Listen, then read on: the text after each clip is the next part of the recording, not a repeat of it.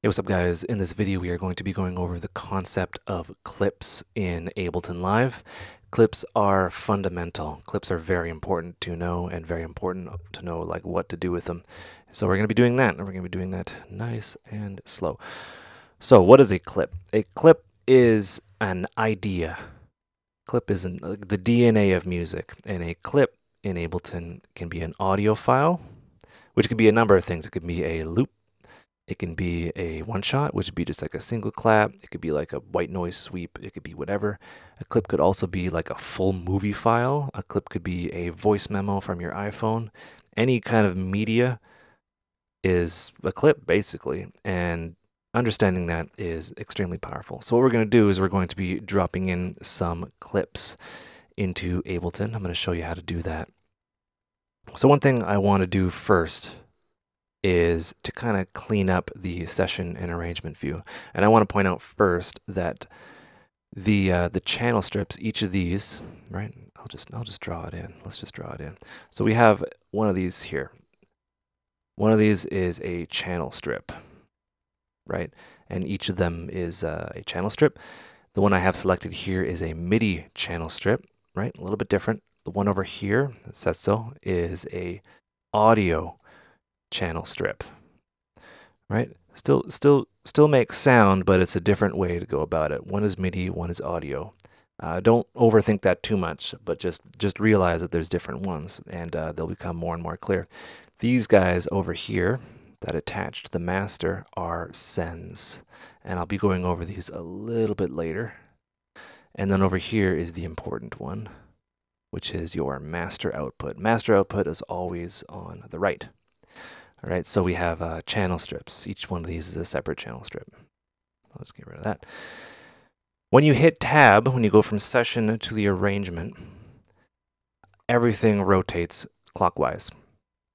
So 1, 2, 3, 4 audio is represented 1, 2, 3, 4. It's just vertical in this view, hit tab, horizontal in the other view, and the sends and the master are on the bottom. So what I want to do is I want to select this first MIDI file, MIDI channel, and then hit delete, or right click and hit delete, but delete's a better way to go about it. Hit this audio here, boom, boom. And you'll notice just, I want to not have confusion, 1 audio and 2 audio here. If I delete one audio is there. Why is that? Well, because how the naming is if you hit rename here, there's just a number sign. A number sign is basically a placeholder that Ableton will automatically number the channel. So if you saw that, you don't get confused, right? So we have 1 audio channel, and then we'll get rid of these sends or the returns or whatever. So we have 1 audio channel. We hit tab, we confirm that we have 1 audio channel. And I want to drag in something. I can drag it into any of these views, but let's just do arrangement for now. So let's do that. So let's go to samples, and I want to find a loop. Loops are fun. And how I do that is I go into samples, I go into search, and a little trick is just BPM. Every loop has a BPM, so that's a good way to find loops in there. So let's just dubstep burial. Right, so I can click on it, and the preview happens down here.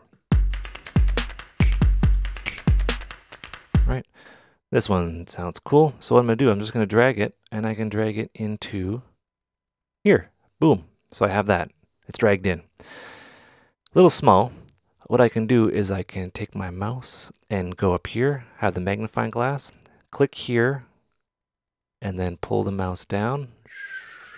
I've effectively zoomed in, and I can move the mouse left and right to kind of translate, and I can do that.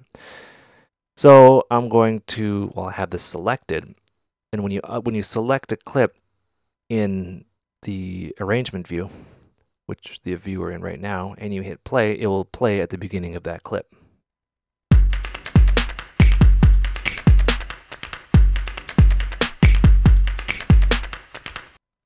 Right, and then it just kind of plays out, and I hit stop here, and this is where the new play position is. It's where it stopped. I hit play again. It'll start there. If I wanted to start from a different part, I just click here, And this little thing right here is the play start. So I can hit there, hit play, and every time I hit play, it'll start there, right? Just briefly or just broadly kind of going over how playing works. So what I want to do is I want to, yeah, well, I have that clip in there. I want to loop it. But first I want to make it a little bit shorter. So what I can do is I can go to the end here, and there's two different sections of the clip here. The top part, you see that little bracket, that end bracket thing? That is a way to make the audio file, the clip a different length. Down here we'll adjust, you know, basically nothing. You have to select this part up here. So we'll just go over here, and now it's shorter, which is cool. I'm gonna hit play. Right, and that's, you know, 1 bar. And I'm gonna show you something cool. I can double click on this, and look what happens at the bottom. Look at that. That is our clip view, right? They'll become more and more useful as we move along. This is, don't worry about what this is doing. It's just a way to kind of warp and do all sorts of repitching and things like that. And I can move along from the audio effect here and there. So what I want to do is I want to loop this. So what I can do is I can select this clip and then hit loop, and then it will effectively loop this forever and ever, and amen.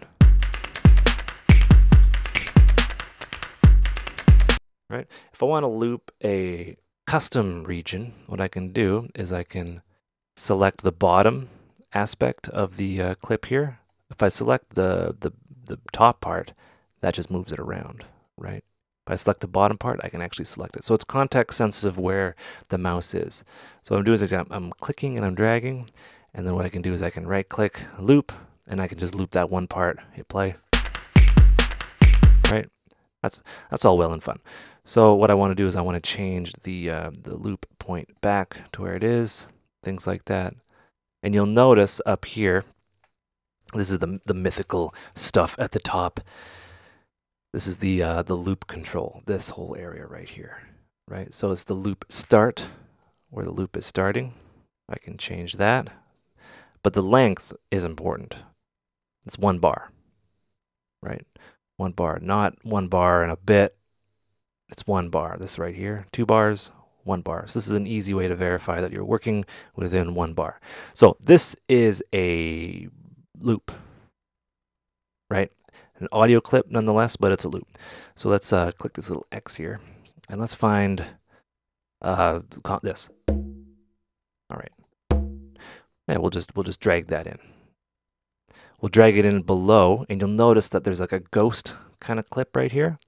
This will let us know that it will create a new track underneath. I can also drop it in here, but I don't want to do that, so I'll just hit delete. I'm going to drop it underneath here, and it will automatically create a new track, right? See? There's 2 tracks now, and it automatically named the track to what the sample was.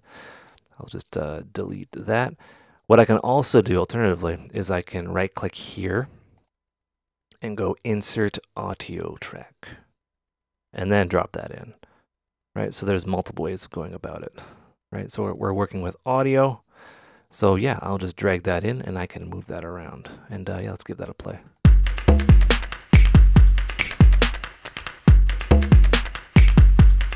Right, and I can just shape that and things like that.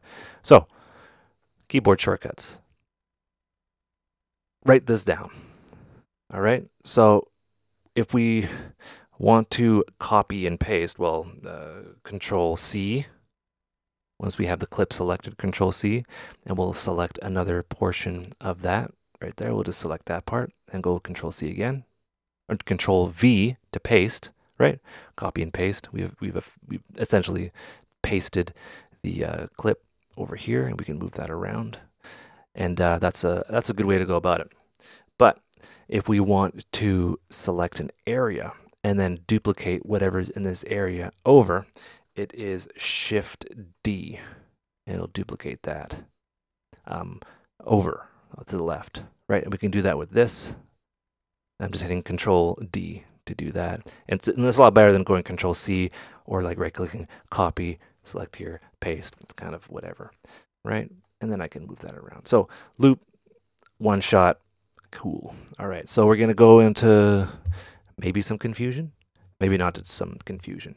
Right now we're working in audio tracks. Audio tracks handle audio.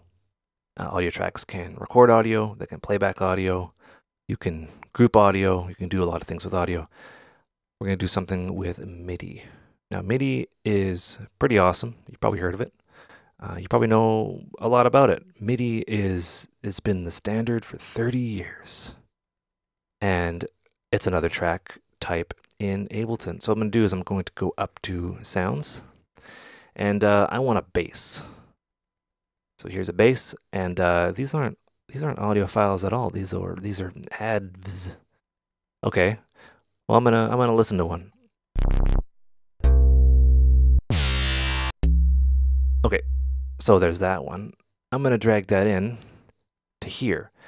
It's not a one shot at all. I'm not sure what it is, but if I drag it here, which I can, boom, it will create something that looks weird down here. This is the device view, and this is a plugin, or not a plugin. It's a Ableton device that we're going to be going into. Don't worry about that right now, but yeah, I dragged that in, and what do I do? Well, you have to create a new type of clip called a MIDI clip in the area that you want. So we'll select this whole area. Right? And then we'll go to, we'll right click, insert MIDI clips. Basically creating a MIDI clip, and that has been created down here. And this is the bottom part, which, you know, can confuse new peeps from time to time. The bottom part acts as the device chain view and the clip view at the same time. So let's take a look at this. So nothing is actually going on. What MIDI is it is data. It is data. It has note value, velocity, aftertouch, you know, all sorts of things that feeds into a device.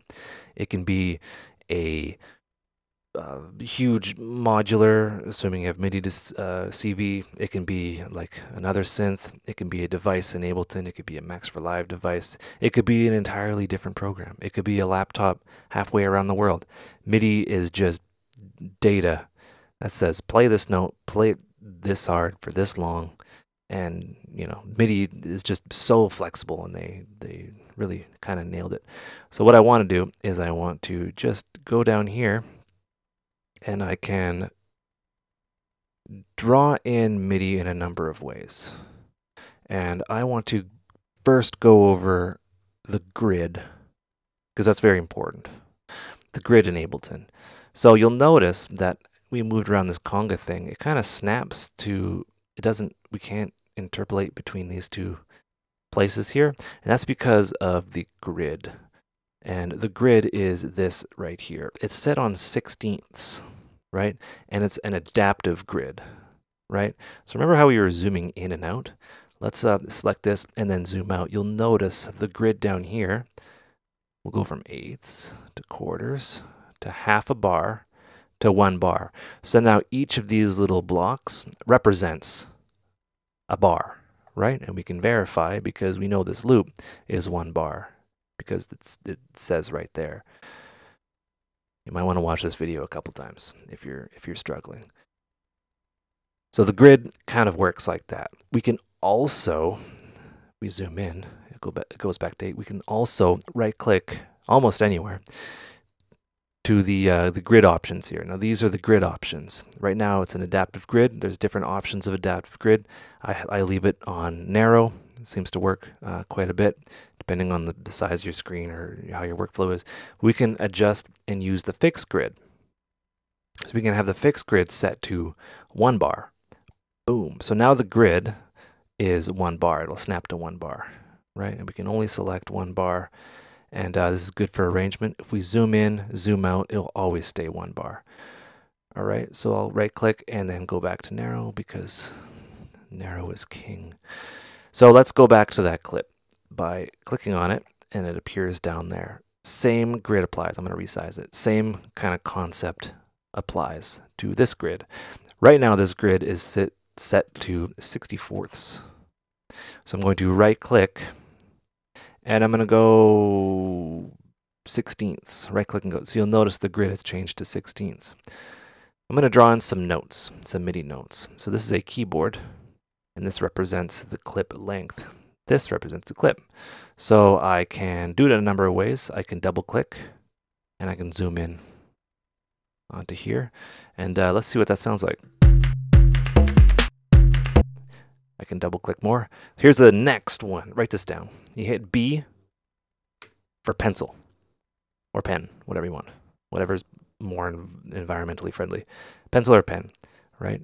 And with this, you don't need to double click on a little cell. You can select and then delete. You just do that. Or you can go up here and you can hit this. And then it's pen. So yeah, let's, I guess, draw in some random MIDI notes here. Oops. So I'll just click on that. Takes a little bit to get used to, but you'll slowly get it. This is writing, computer music.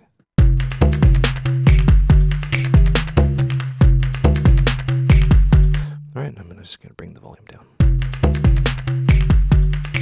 Right, so we have a MIDI clip as well, and this is what a MIDI clip looks like. It's just data, right, in here that is being sent to this device, and then that device is receiving MIDI. You can actually see the MIDI being received. So the dot, dot, dot, dot, dot, right? These dots here are then being fed into the device, the Ableton device, and then that's being converted to audio, right? So if I go and I right click here and I go insert MIDI track, you'll see that there's dots here, right? And if I select that and I hit stuff on my thing, you can see, data being received and being input into this channel. There's nothing on it, so there's no sound. It's receiving data, right? So it's receiving data and that's being converted to sound, which is cool. Right? And whatever you want to call that. Is that music? I don't know. But yeah, that's the MIDI, a MIDI clip. The advantage of that is, well, it's not a static sound like this drum loop or these one-shots. You can actually change it. We can actually go back here, and then we can replace this device and see what that sounds like.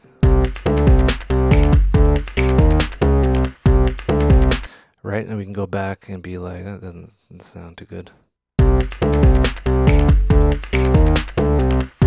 And things like that, and edit and change things around. So that is, those are basic clips that you'll be working with. Loops and one-shots. So how do you make a loop? Well, these one-shots, if I try to make them long, they just kind of stop and they don't kind of continue. But these loops, Ableton's pretty smart. It can detect these loops. So if I select this and I drag it, it will restart and kind of go on forever. But there's a problem. Remember how I made it shorter? If I pull this out, it'll just go to where the loop marker ends and then repeat. You can actually see it, right? So it'll play the stuff that I wanted to discard. So a thing about Ableton is that it featured something called non-destructive editing, which was revolutionary back in the day.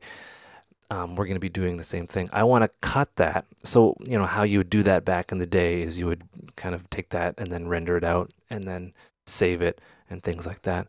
With this, what I can do is I can go to this clip thing here, make sure it's selected, and I will zoom out to that. So the dark gray part is the part that I have discarded, right? And you can see that. You can see it totally. Well, it automatically moves around, but if I had the full thing, you can actually see the whole thing. It's good. It's kind of adaptive and context sensitive. So I'll zoom back out. And, right, that's what I have. This is grayed out. This isn't played.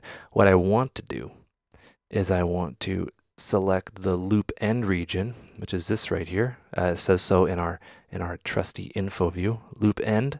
And I'm going to drag that all the way to here, right? So it's looped at 1 bar. Loop is selected, and I can move that over, and that will play forever and ever, amen, at the right loop point. You can actually see the loop point, that little indent right there, and right there. And this is a good way to go about things. You can convert one-shots to a loop or an idea. You can actually commit it to a loop. I'll show you how that's done. So you have this area right here, right? I want to select those two, right, to be in the context of my loop. I'll right-click at the top once everything's selected, and then I will do something called consolidate. Now this is printing it to a new audio track. So boom, it'll do that, and it'll print it to a piece of audio that is loopable, right? So I can try to drag that. It's not letting me drag it. No. What's going on? Well, I need to engage loop in this clip here. Select the clip, loop, bam, that loop region appears, and I can move things around. And I can hit shift and then stretch that, and this will just kind of loop forever and ever. Also, this guy is also looped, and I can make that the same kind of deal. You can see like the loop marker here, and this is a good way to kind of like get all your. This was necessary back in the day because, you know, we were all using a 32-bit version of Ableton, and we would run out of RAM if we had like a bunch of clips constantly cycling. It would eat up the RAM. So this was necessary, so you wouldn't have all these clips everywhere. You get like this nasty error and stuff like that. 64-bit and the relative price of RAM these days, you don't need to worry about that. But just because I'm an old guy and a traditionalist, that's basically I still do it and things like that. Anyway, that is that your introduction to clips, and that would be in the arrangement view. And I just want to show you how you would go about something in the session view. So say if you didn't want to work this way, I'm just going to give you a brief introduction. We'll just delete everything. So we're left with a MIDI track. I'm going to go into my samples and then hit BPM, and let's go back to this. All right, so some garage type of stuff. I'm gonna drag this over here, and you'll notice that it'll like be like, hey, look at that. It'll create a clip. And this clip is a loop, and if I hit play, it will play forever. And I don't need to kind of do anything to make all these things line up. I'm gonna get some more ideas. I'll put that directly below. So these are 2 clips in a single channel, and only one of these can play at the same time. And this is a way to kind of audition sounds. So, right, notice that these are different BPMs, and they all match up, and that's the power of Ableton Live.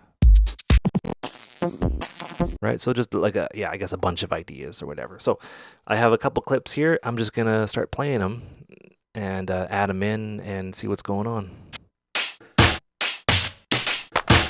I'm gonna bring up the tempo a bit up here.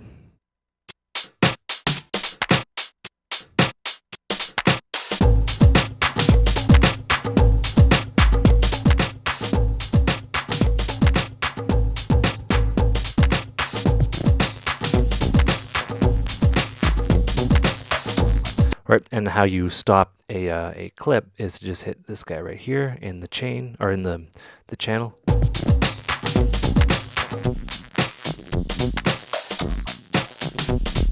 Right, so I can kind of be like, I like how that sounds, and I'll get rid of that. Maybe get some jazz. Drop that in there. If I want to play everything in a row here, I can just hit the scene launch. And don't worry about this because I'm going to be repeating this later. And it's just like eventually it'll get hammered home. That's like, oh yeah, you'll get like a light bulb going off. But this is how you play everything in a row.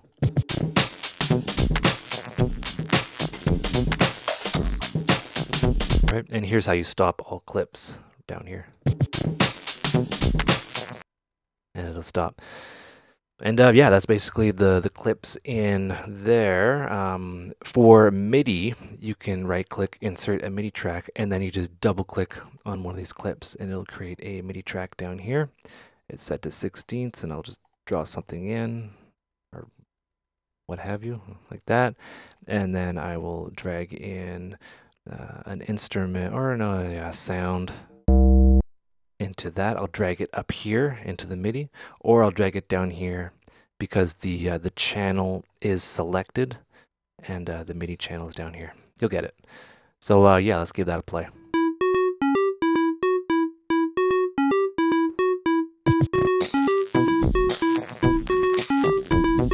Right, just for the sake of example, it's not going to be freaking noisy or whatever, but yeah, there you go. That is a brief introduction to clips, and I hope you enjoyed, hope you learned stuff. Take care and have a good one.